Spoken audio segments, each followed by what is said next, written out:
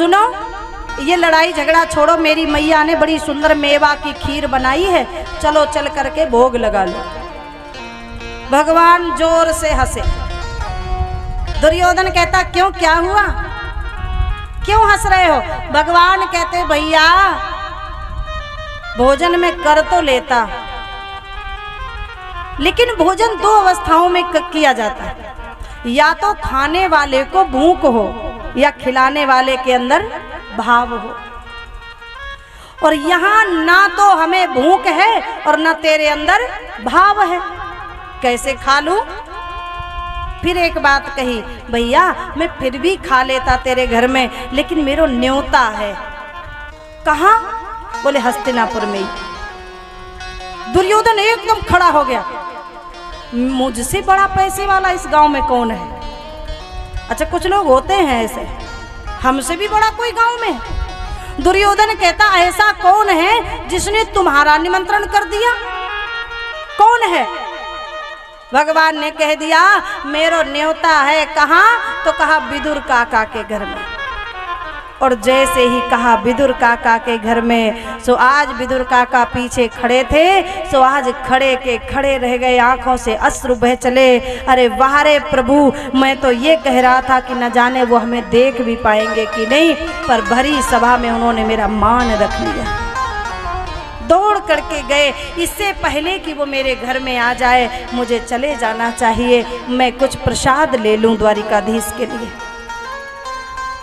विदुर काका सुंदर सुंदर मिष्ठान फल लेने लगे, इससे पहले कि विदुर काका घर पहुंच पाते भगवान पहले ही पहुंच गए। विदुरानी स्नान कर रही हैं, आवाज लगाई काकी काकी। विदुरानी ने आवाज को सुना, सो एकदम दौड़कर दरवाजे पर आई। गीले वस्त्रों में है, एक सिर्फ साड़ी है, दूसरा कोई वस्त्र नहीं है। उन गीले वस्त्रों में सन्मुख खड़ी हो गई। भगवान ने काकी को देखा तो आज नेत्र बंद हो गए। भगवान का पीतांबर उड़ा और काकी के अंग से लिपट गया।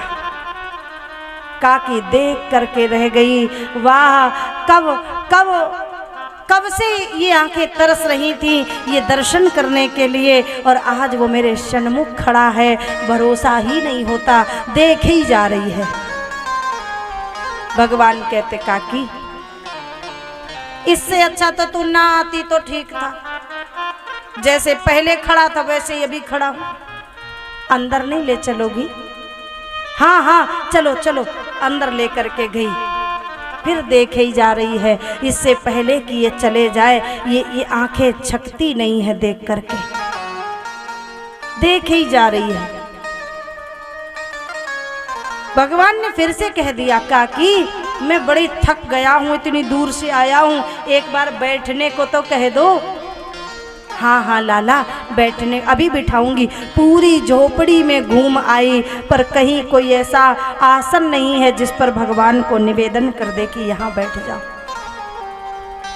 इतनी गरीब है पर भक्ति बहुत है, प्रेम अपार है।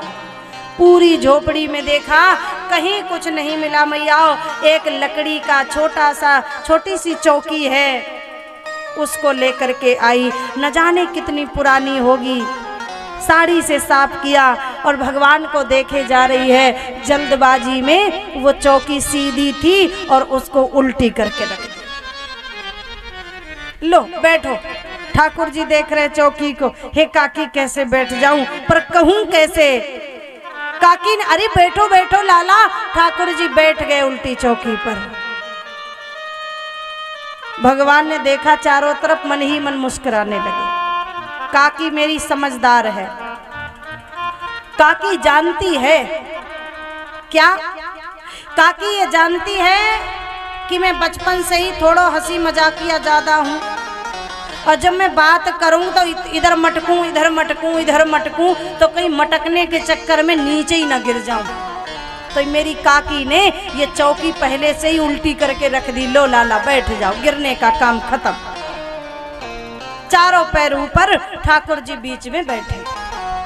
फिर देखे ही जा रही है। भगवान स्वयं कहते काकी हमें बड़ी जोर से भूख लग रही, बड़ी जोर से भूख लगी है, कुछ ला करके दे दो। काकी गई दौड़ करके, जल्दी जल्दी से कदली के फल लेकर आई, केला के फल।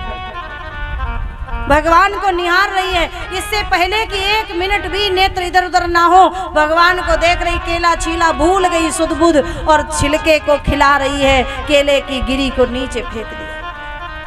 1 बार हो जाए, 2 बार हो जाए, आज बराबर ये छिलके ही दे रही है और भगवान प्रेम से भोग लगा रहे। विदुर काका आए, दरवाजे से आवाज लगाई, अरे ओ विदुरानी बाहर आओ, देखो कुछ देर में द्वारिकाधीश आने वाले हैं, जल्दी से गाय के गोबर से चौका लगा लो, जल्दी से और रंगोली बना लो, सुंदर सी आरती थाल सजाकर दरवाजे पर आ जाओ, भगवान आने वाले हैं अपने घर में। अंदर से आवाज आई, प्रभु आने वाले नहीं, वो तो कब के आ चुके हैं। विदुर काका दौड़ करके गए, देखा तो श्री ठाकुर जी बैठे उल्टी चौकी पर मंद मंद मुस्कुरा रहे। भगवान को देख करके विदुर काका आज रो पड़े, वारे ठाकुर जी तुमने तो 1 मिनट भी इंतजार भी नहीं कराया अपनी काकी को। देख मैं तेरे लिए कितने कितने सुंदर सुंदर मिष्ठान फल खरीद रहा था कि मेरे द्वारिकाधीश आएंगे तो मैं ये स्वागत के लिए, मैं ये भोग के लिए निवेदन करूंगा। विदुरानी ने कुछ खिलाया है कि नहीं? विदुरानी कहती हाँ हाँ, कुछ नहीं था, केले के फल खिलाए हैं। केले के फल? हाँ। और जैसे पास में देखा तो छिलका एक भी नहीं, केला सब पड़े। विदुरानी तूने क्या खिलाया भगवान को? तो एक हाथ में छिलका है, बोली केला। विदुर जी ने कहा निक बाबरी हाथ की तरफ देख ली, तू क्या खवा रही है? और जैसे हाथ को देखो सो हाथ में छिलका है। आज विदुरानी रो पड़ी, हाहा कर चरणों में गिर गई, गोविंद हमें क्षमा कर देना, मैं प्रेम में इतनी पागल हो गई, मैं भाव में इतनी बह गई कि मैंने ये देख ही नहीं पाया कि मैं क्या खिला रही हूँ। भगवान कहते हैं काकी रामई केवल और प्रेम प्यारा, और जान ले वो सोई जानन हारा। भगवान को सिर्फ प्रेम प्यारा है और प्रेम के वशीभूत होकर ठाकुर जी आज केले के छिलके तक आरोग गए, लगा गए भोग। सो जाने और जिन्हें देत जनाई, और जानत तुम्हें हुई जाई। जो भक्त तुम्हें जान लेता है फिर वो तुम में ही रम जाता है, जानत तुम्हें हुई जाई। आज भगवान केले के छिलके भोग लगाए, फिर भी कहते हैं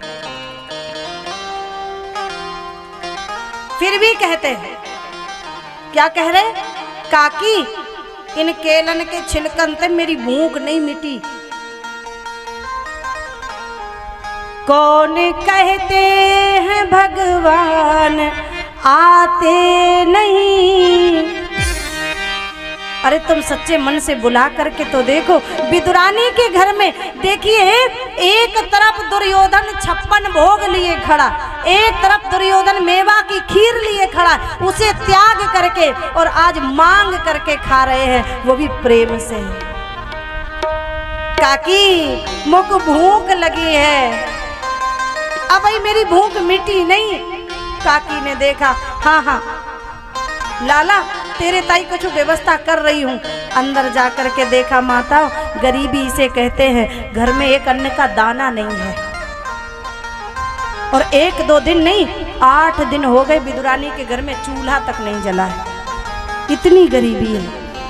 एक साड़ी के अलावा दूसरा वस्त्र नहीं है, 8 दिन से घर में कुछ बना नहीं है, अन्न का एक दाना नहीं है, और फिर भी चेहरे पर मुस्कान है, फिर भी भक्ति कम नहीं हुई।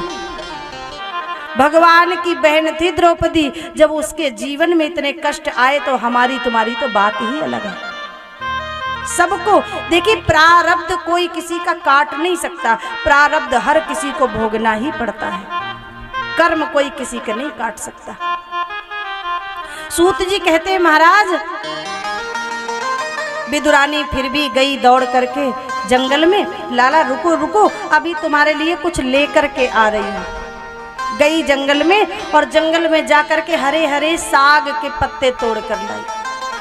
हरे हरे पत्ते लेकर के आई है। अब घर में कोई ऐसा पात्र नहीं है जिसमें वो बना दे।